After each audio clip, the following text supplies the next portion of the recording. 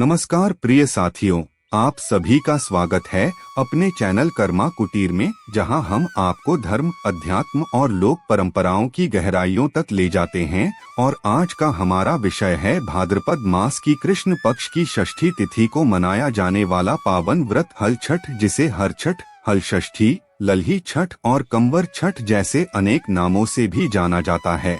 यह व्रत विशेष रूप से माताओं द्वारा अपने पुत्र पुत्रियों के दीर्घायु, स्वास्थ्य और कल्याण की कामना से रखा जाता है और इसका संबंध भगवान श्री कृष्ण के बड़े भाई बलराम जी से जुड़ा हुआ है, जिन्हें कृषि और हल का देवता भी कहा जाता है। इसीलिए इस व्रत का नाम पड़ा हल षष्ठी, यानी हल की षष्ठी। प्राचीन ग्रंथों और लोक श्रुतियों में इसका वर्णन मिलता है।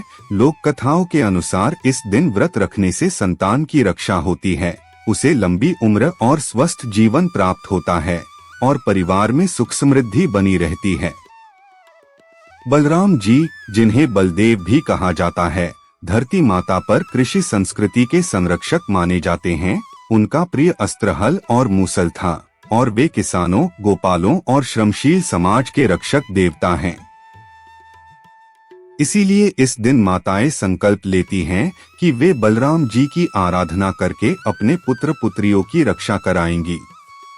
अब इस व्रत के नियमों की बात करें तो परंपरा यह है कि इस दिन हल से जोते गए खेत की कोई भी वस्तु, अनाज, फल, सब्जी नहीं खाई जाती। यहाँ तक कि खेत से निकली हुई लौकी, ककड़ी, बैंगन, अरबी जैसी वस्तुएं भी इस दिन वर्जित मानी जाती हैं और केवल तालाब या नदी में उत्पन्न होने वाली वस्तुएं जैसे तिन्नी का चावल, केरमुआ का साग, पसही का चावल, महुआ आदि ही ग्रहण किए जाते हैं। इतना ही नहीं, इस दिन गाय के दूध, दही और घी का प्रयोग भी निषिद्ध है। केवल भैंस का दूध, दही, घी ही पूजा और पारण में स्वीकार्य होता है। यह नियम इसलिए है क्योंकि बलराम जी का संबंध कृषि और भैंसों से अधिक माना गया है और लोक श्रुति के अनुसार गाय का दूध इस व्रत में वर्जित है। अब बात करें इस व्रत की कथा की, तो कथा अत्यंत मार्मिक है। कहा जाता है कि एक ग्वालिन प्रसव पीड़ा से व्याकुल थी, परंतु साथ ही उसे यह चिंता भी सताए जा रही थी कि उसके पास जो दूध दही है वह कहीं खराब न हो जाए और उसका मूल्य उसे न मिल पाए।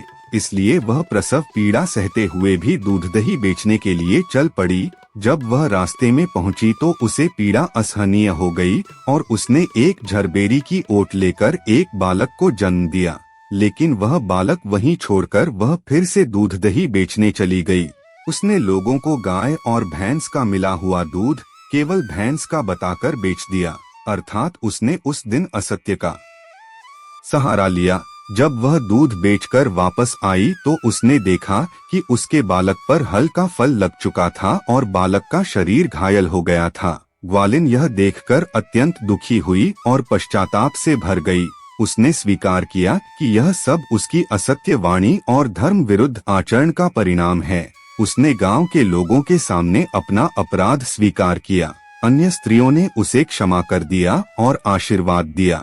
और जब वह झरबेरी के पास लौटी तो उसने पाया कि उसका पुत्र जीवित और स्वस्थ है। इस प्रकार कथा हमें यह संदेश देती है कि असत्य और लालच हमेशा दुख का कारण बनते हैं और सत्य तथा पश्चाताप ही जीवन को पुनः संवार सकते हैं।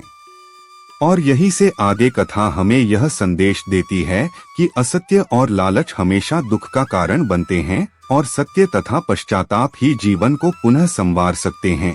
इसीलिए हल छठ की कथा सुनने और व्रत करने का विधान है। अब व्रत की पूजा विधि को विस्तार से समझते हैं। भोर में स्नान कर स्वच्छ वस्त्र धारण करके महिलाएं व्रत का संकल्प लेती हैं।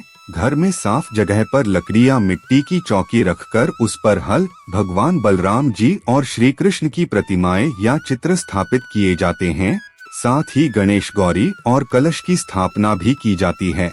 फिर दीवार पर गेरू या गोबर से छठ माता का चित्र बनाया जाता है और पलाश, कांसी तथा कुश से मंडप सजाया जाता है।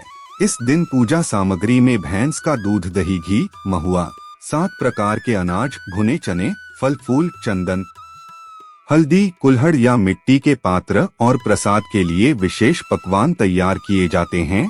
स्त्रियां व्रत कथा का श्रवण करती हैं, बलराम जी और छठ माता की आरती गाई जाती है और बच्चों के स्वस्थ जीवन की प्रार्थना की जाती है। इस दिन की सबसे विशेष परंपरा यह है कि घर में भोजन के लिए हल से जोते गए खेत की किसी भी उपज का प्रयोग नहीं किया जाता। खेत से उगी सब्जियां, अनाज, फल सब वर्जित होते हैं और तालाब में पैदा होने वाले साग पात या विशेष अन्न जैसे पसी का चावल, तिन्नी का चावल, केरमुआ का साग आदि का ही प्रयोग किया जाता है, जिससे यह व्रत पूर्ण शुद्धता और नियमों के साथ संपन्न होता है।